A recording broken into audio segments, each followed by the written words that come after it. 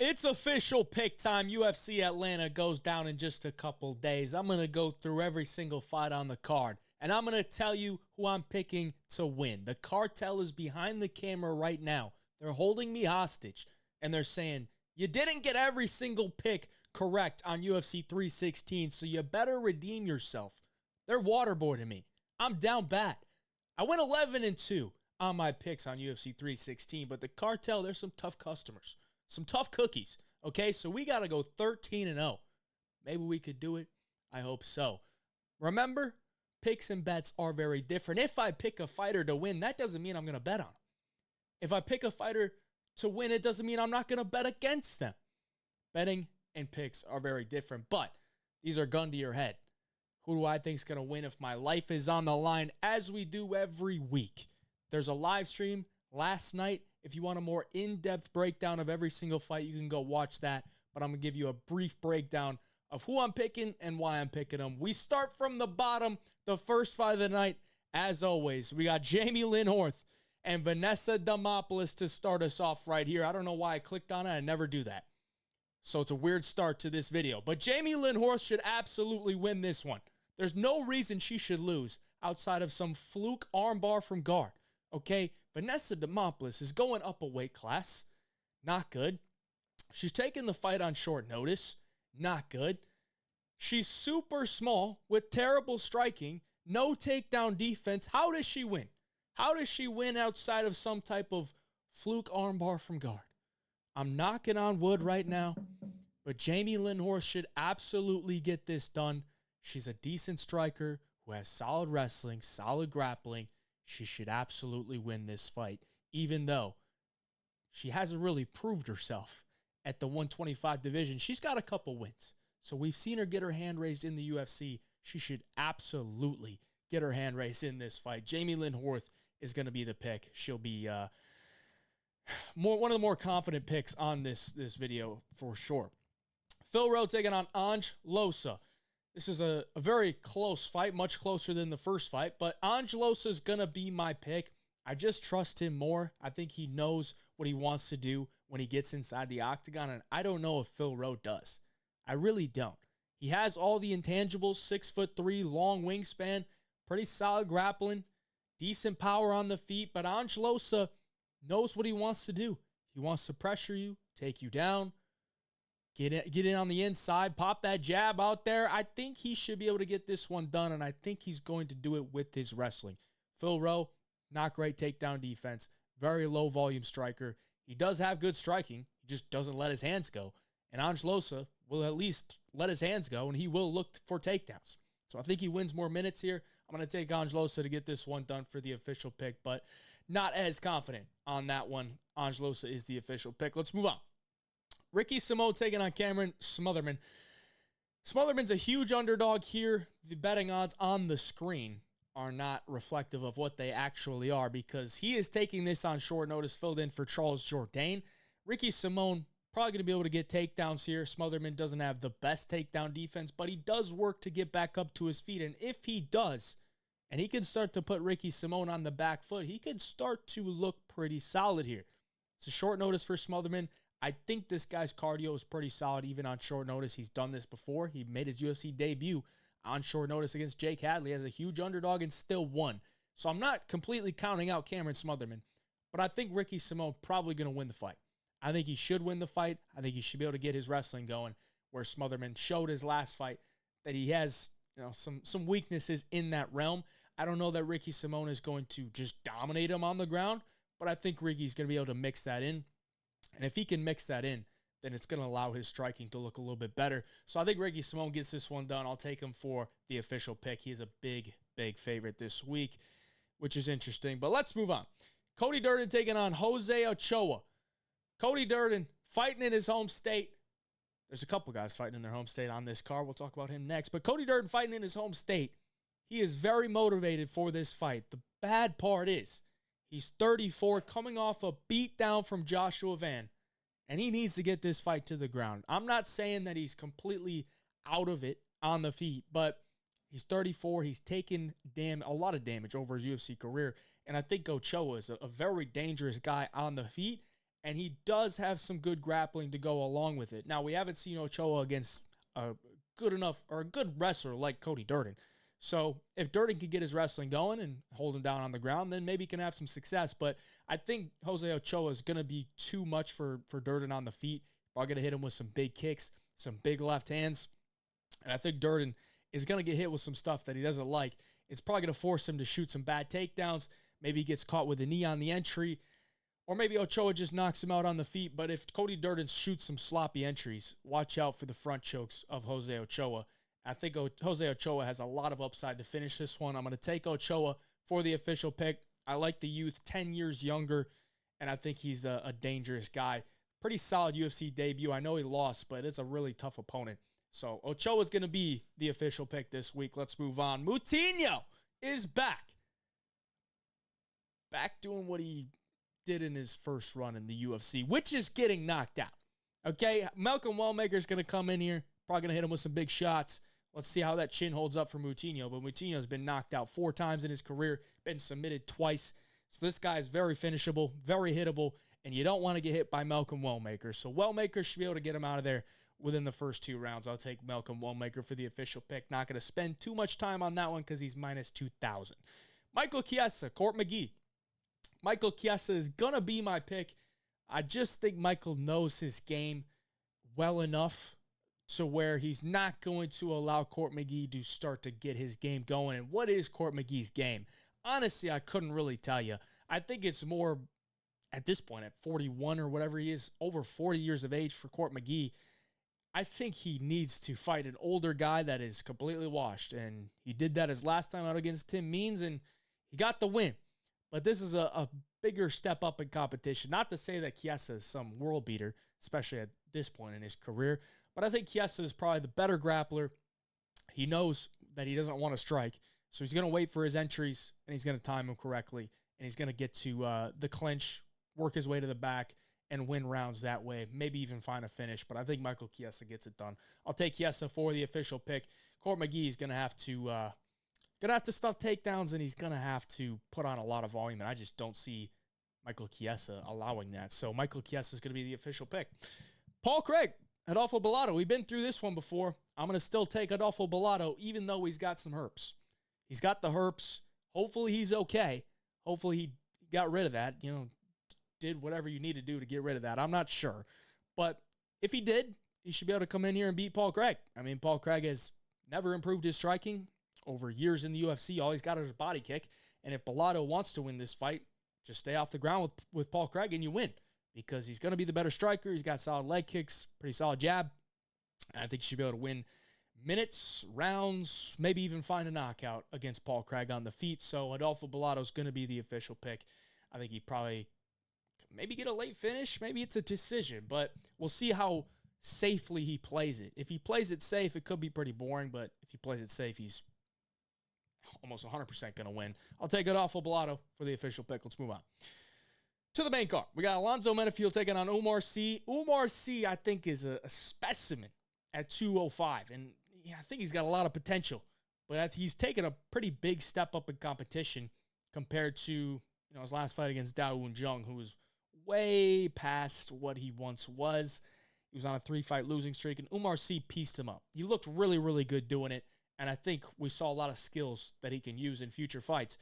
But he's very green, and Alonzo Menifield has fought the best of the best. This guy was on back-to-back KO losses, but it was to Azamat Murzakanov and Carlos Olberg. So it's not like those KO losses are that bad. He got a win his last time against Julius Walker. I thought he didn't look very good, but he was still able to dog it out. He showed some grit, but he's also kind of gassed out. And I think Umar Sy is probably going to be able to have a lot of success at range with his kicks. If he wants to go for the takedowns, I think he could get a couple if he gets to the ground with Alonzo. If he gets him into mount or gets into a dominant position, I think Umar Sy's ground and pound is pretty nasty. His grappling in general is pretty good. So Umar Sy is going to be the official pick. He's a minus 700 favorite.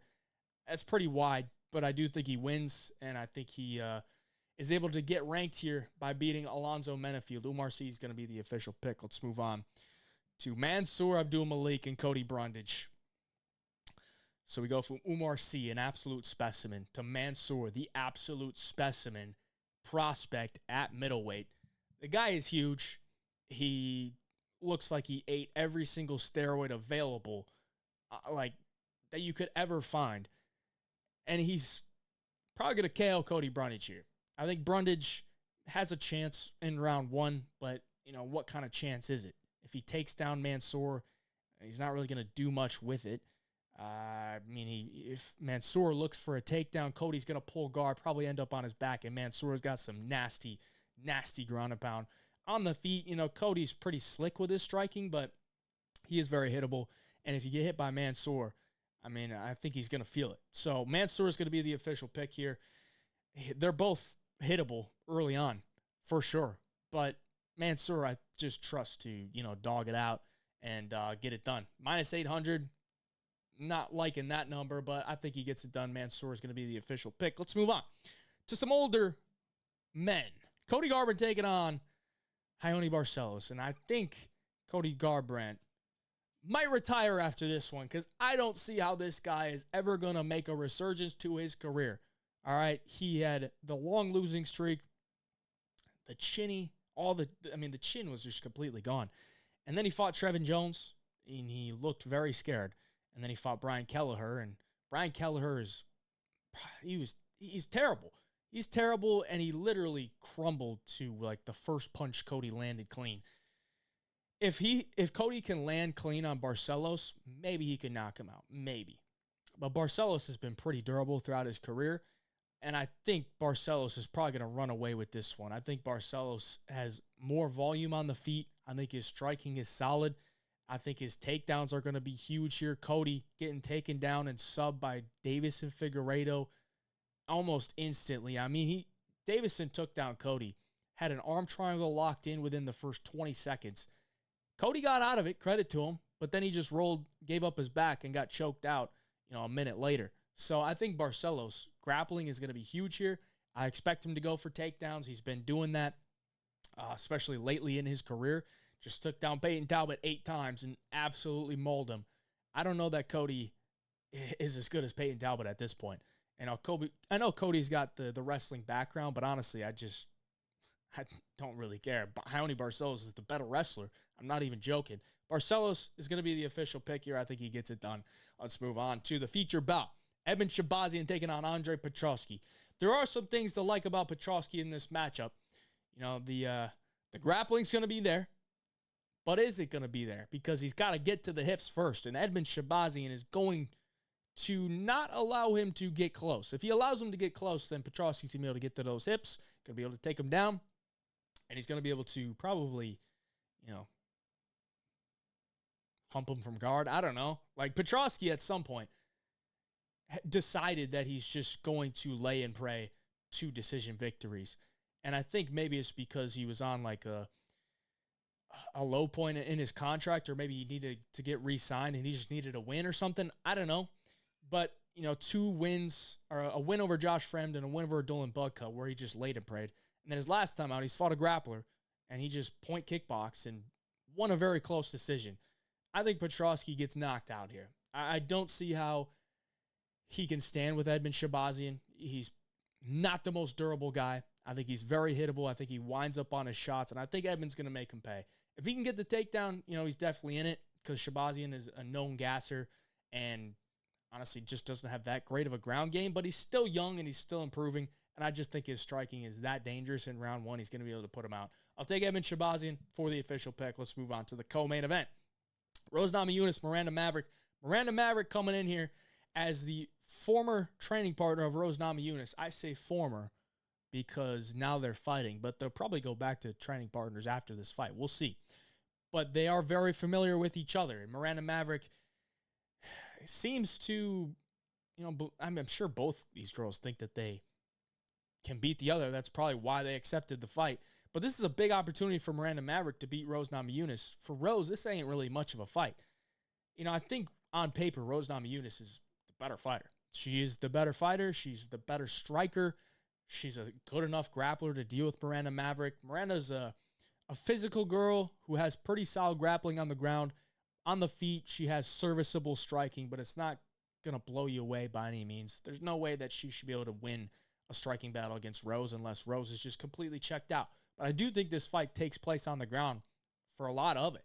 And I think Miranda Maverick is very live as an underdog, but I just got to go for Rose as a straight pick. Like, on paper, if she shows up, she should be able to win this fight. I know it's 3 rounds, which could give Miranda Maverick, a little bit more of a possibility to win just because Rose has been fighting in 5-rounders.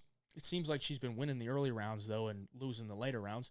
But Rose is used to 5 rounds, so 3 rounds is a little bit different. We'll see. Rose Namajunas is going to be the official pick.